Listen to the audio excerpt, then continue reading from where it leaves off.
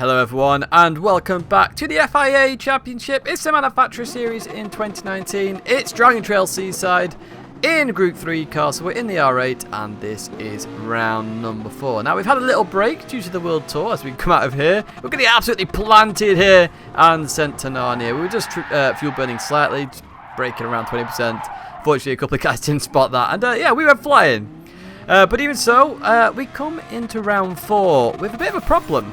If I'm honest, bit of a problem. So, we're about to start our fast lap, but the balance of performance has changed with the Audi R8. We lost 3% power and 2% weight, and as you can imagine, that's quite significant, and it is a nerf to the Audi. And to be fair, I've always said the Audi needed a nerf. Now, what this balance of performance does is it's made the car a little bit more stable, which it did need, to be fair. The problem is, we were looking forward to this round, because this is a round that the Audi could have done well in. The problem now is, it's a very slow car, so we're actually going to struggle here. Bit of an issue. So let's see what we can do on this qualifying lap all the same. As we head out of that corner and head up to this the end of the first sector here. We're on a 0.7. Now we have seen a 0.6, so we are a 10th down on our ultimate here, but that's not too bad. As we then come into this corner, lovely first corner there, into the second part there. And as we come around, just run a little bit wide there. We pull it back though, nice and easy, and we head down towards the hairpin now. As you can see, the car is a little bit more stable. Obviously, a lot less weight moving about due to that reduction. Going to the braking zone. We just brake a tiny bit too early. You can see that we went on the throttle and had to come back off it again. We then go back onto it. We head towards this sector split at 103.2. We are used to a bit lower than that, so we are about 10th and a half down on my ultimate. But even so, we come through here. We actually tapped the barrier there, but that actually lined us up perfectly. Sort of stabilised the weight a little bit to allow us to go through that chicane flat out. So it's actually helped us a lot here as we head towards the last corner. Now, this is quite tricky, this corner, really. You sort of want to go in the middle of the road initially and then get it turned in so you can get on the throttle, try and use a bit of that curb and exit out, straighten up as fast as you can as we head towards the line. What kind of lap time are we going to get here? This is, of course, the top split as well. Lots of Toyotas in here. And we get a 36.6. Now, strangely, the Toyota Supra did not get nerfed when it was indeed the best car anyway. So there is suspicions around that. I mean, Toyota seems to be dominating everything at the moment. A little frustrating, but even so, let's see what we can do in this top split. So there we have Moira on P1, followed by Manu Rodri in P2. P3 for Steve Gaming in that Jaguar. That's a good performance by Steve Gaming. Garassa in P4 there in that Ford GT. We actually get P5 there. P6 for Kelsa in the Lamborghini. Lamborghini, very good car here. Certainly one to look out for that we saw in the practice lobbies. There's Ed in P8. There's a driver I'm not used to in P9. 10 for Key there. 11 for Sergio, so Fonseca. And then we got 12 for Unfazed. P13 for Matthew in that GTR. And then P14 for the WRX of Nova. Felix in P15. That Ferrari also very good now as well. So a lot of the MR cars got nerfed in that balance performance. It wasn't just the Audi, the Ferrari did. Not necessarily nerfed. So most of the MR cars had 2% power reduction and 2% weight reduction. Obviously that's to help the cars. We had 3% power reduction. So there's definitely a nerf for the Audi in there. But it's still a good car. It handles great. It's just the speed, and obviously this is a very fast circuit. As you can see, we're messing about with fuel straight away, and you can see we're instantly going to start short shifting. So that's going to give you a bit of an idea of what this race is all about. It is indeed a non-stop race. Well, it is for most cars, except the Supra. So in the previous race, the Supras were originally non-stopping, trying to save that fuel. However, Devil Soul came along in the previous race and absolutely nailed it on a one-stop. So now you're going to see the guys up ahead, the Toyotas, the Ford GT, obviously, we know that's bad on fuel anyway, so that's coming in the pits. We're going to see these guys one stop. So we're in a bit of a situation here where half the field is non-stopping, or even 3/4 of the field, and the rest of us are non-stopping. Sorry, 3/4 of the field are non-stopping, and then a couple of guys are one-stopping. There we go. We get it out correctly eventually. So, yeah, we're going through the S's now. We've not really lost anything here. We're just trying to keep up with Steve Gaming because I know Steve Gaming is going to try a non-stop. I'd be very surprised for him to try and go for one stop. And the idea I had in my head was if you're in a fast car, you're going to one-stop. If you're in a slow-speed car, you're going to non-stop. So you can see Akulnag goes down my left-hand side. I'm not going to fight it. You notice there, I just free roll towards the corner. I don't lose anything. I gain a lot of fuel, and that's what it's all about here. We're gaining fuel here, and you'll see us short shifting. I mean, look at this. We're hardly even touching the rev counter here. Up into 5th. We're actually going to jump to 6th in a second. Look at that. Don't even see the red bar. We just get the chicane slightly wrong there. But we'll continue out all the same. And you can see the Supras are trying to move up the field and overtake everybody. The next Supra comes past me here. So there's 4 Toyota Supras ahead of us at this moment in time as we come into the last corner. And we're going to finish lap number 1. Again, a very short race here. 9 laps. I really do not like this at the moment. I've talked about this before. I feel the race should be about 35 minutes in length. But it is what it is. So we're going to try and stay with the Toyota Supra as we flick to a lovely TV camera here. And we're trying to keep with the Supra. As you see, they're making the move on Steve Gaming there in the Jaguar, because we want to just keep up with them, so then we keep up with Steve Gaming, and we actually get better lap times from it, because if they're going for the one stop, they're going to be all out. So if we get a bit of slipstream, it helps us along the way, we save a bit of fuel at the same time, we actually get some very fast lap times. And you can see there, we are in that slipstream gap there. We're with Steve Gaming, who is keeping on the back of that Supra to maintain some form of speed. We've got to race smart here. We've talked about this before.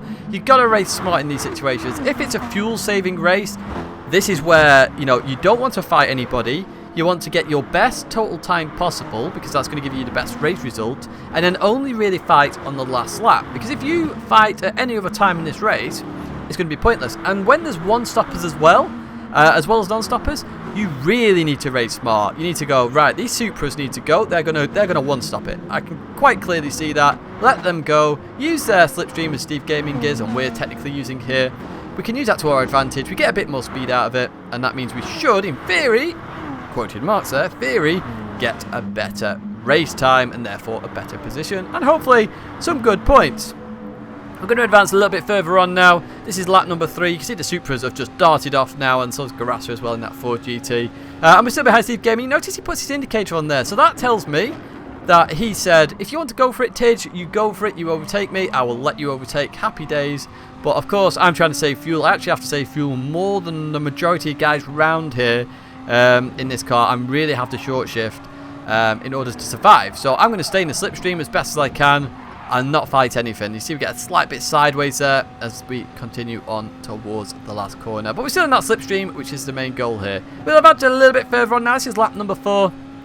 Still in that slipstream with 12 seconds off the leaders here. It's about 22 seconds for a pit stop, I think, somewhere around that. See, Kalster's going to go for it now. So in the practice races, we saw by Yukiku and Kalster, the total times for these guys was faster than us. We could not match them. The Lamborghini very good at fuel saving, so we can see Kalster go by, which is why I wasn't worried. I was like, okay, Kalster, you go for it. If you feel Steve Gaming is going too slow, you can obviously take Steve Gaming. It still allows us to progress in this race. Again, we're racing smarter here. It's not about always racing for, as hard as you can. Although I wish it was like that, because then that's proper racing to me.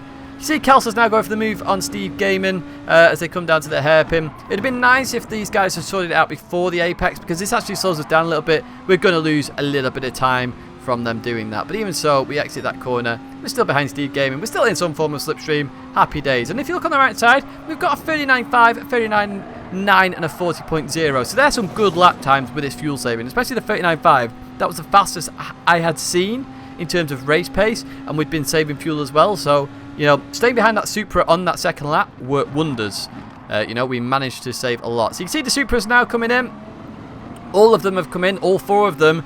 Grass has stayed out for an extra lap. I'm assuming that's just to get a bit clear air, get some fresher tyres on, and hopefully be fresher at the end of the race. I'm not too sure. But you can see at 40.1, so we're still on it here. You see Eddie's now going for the move. Now, this is where I have to debate what I want to do here. So at this moment in time, I feel I should keep this 3rd position, or technically 3rd in this group. So I stay on the inside here. I give Ed a little bit of space on the apex. He gives me space on the outside, and we just leave there. So, Ed sees it as well. Like, he can't fight it too hard because we lose Steve Gaming if we do. But he could try and sneakily get up there. It doesn't quite work in that situation. He pulls in behind, and then we're just going to try and push ourselves back towards Steve Gaming. It might cost me a little bit of fuel doing that, and it might be on Ed's mind to do that a little bit, but overall we lose very little from it. And in reality, you want to be in this sort of position. You either want to be the 2nd car or the 3rd car in line, not necessarily the 4th car in line, because if you are the 4th car in line, you've got a lot more work to do at the end of the race. And all I'm trying to do in this race at this moment in time is save as much fuel as I can, so I can get to that last lap, maybe the last corner or whatever it might be, and then I can just flat it out the corner as fast as I can. Because remember, we're going to have the one-stoppers coming at us towards the end of the race. We saw that in the previous race where Devil Soul managed to catch everybody up in the Supra. That's why more and more of them are doing it. It actually means less traffic as well for those one-stoppers. So, you know, it's worthwhile them doing. As we come back to this camera, I've actually done that chicane a little bit badly here. So Ed is going to come alongside. And as you can see, we're a bit far away from Steve Gaming now, so I don't want to fight this. It's like, okay, I'll let you go, Ed. You notice I lift off. I give him all the room. I'm not trying to fight at this point. Fortunately, the Calster and Steve Gaming are fighting each other. It does help us out there to catch up. But, you know, they've got to be careful. They're going to start losing time. You see Garassa has now come in the pit. So we're in the top 4 at this moment in time. It's exactly where we want to be. And we continue on. We've got a GTR behind us of unfazed. We know that GTR is very quick in the practice lobbies as well. But even so, we're just here focusing, you know, trying to save as much fuel as we can. You're going to see me free roll a lot into these corners. If you're behind a pack and you're trying to save fuel, free roll. Why accelerate all the way to their bumper? Just free roll. You can maintain more of an apex speed. Just going down to here, Steve Gaming looking for the move potentially on Calster. It forced Calster wide. Again, it's going to slow us up a little bit. And now you can see Manu Rodri is right behind us here. So Manu Rodri has pitted. I know Manu Rodri is going to come past us all. So at this moment in time, in my head, it's just safe to say, let Manu Rodri go. He'll pull us along. And hopefully we won't have any others catch us up. As you see, all the guys in front of us do a slow chicane. That forces us right behind Ed, and you see Manu Rodri is just going to go now. This is Manu Rodri's race, essentially. So as we come down towards the last corner, it goes down the inside. Again, these guys fighting up ahead. It's really, really costing us time here. Really costing us time. As we leave that corner now, it's going to be side by side. Now we get onto the last lap. This is where the overtaking needs to happen. So you can see it's 2 by 2 at the moment. I'm still saving fuel. I'm thinking towards the end of the lap, to be honest, rather than the beginning. But you can see Garassa 8 tenths behind us. Moira's going to be right behind him as well as we come towards the first corner again. Look, free rolling. There's 4 cars ahead of me. If I just free roll, I save a bit of fuel, and then I still catch them up on the apex anyway. I carry more speed, therefore I use less fuel on the exit because I've carried more speed. I'm not accelerating as hard to get to the top speed. It's all beneficial. As we come through here, you can see Steve Gaming and Calster up ahead. Into the right hander we go. And that gap down to half a second now. These guys are going to be really close. You can see that in the TV camera actually. Grasser runs slightly wide there. That Moira is going to get a position there heading towards the S's. As we come towards the S's, we're just going to let off the accelerator, break a little bit due to slipstream. In we go. See, everybody's really, really, really close. And we're really good in the S's in this Audi. You know, it's a major handling car now. Major, major handling car. Up there with the Porsche as we come down towards this hairpin. Now, in this situation, I knew Moira was behind me. I stayed in the middle here as a defensive measure and then kept it on the apex as tight as possible. And you can see that. And I saw Moira was coming down and cutting it quite large. So I made sure I stayed tight, therefore he couldn't get past. Now it's single file through the chicane. We've got to try and survive this. Round we go. We're going to upshift. There we go. 6th gear. Round we go. We get a good run through here. Very close to the barrier. So Steve Gaming hit the barrier here. We're now trying to pick our way round. Kelser's apologising, but Moira decides to bumper draft Ed there. So Ed's going to get a big, big push here.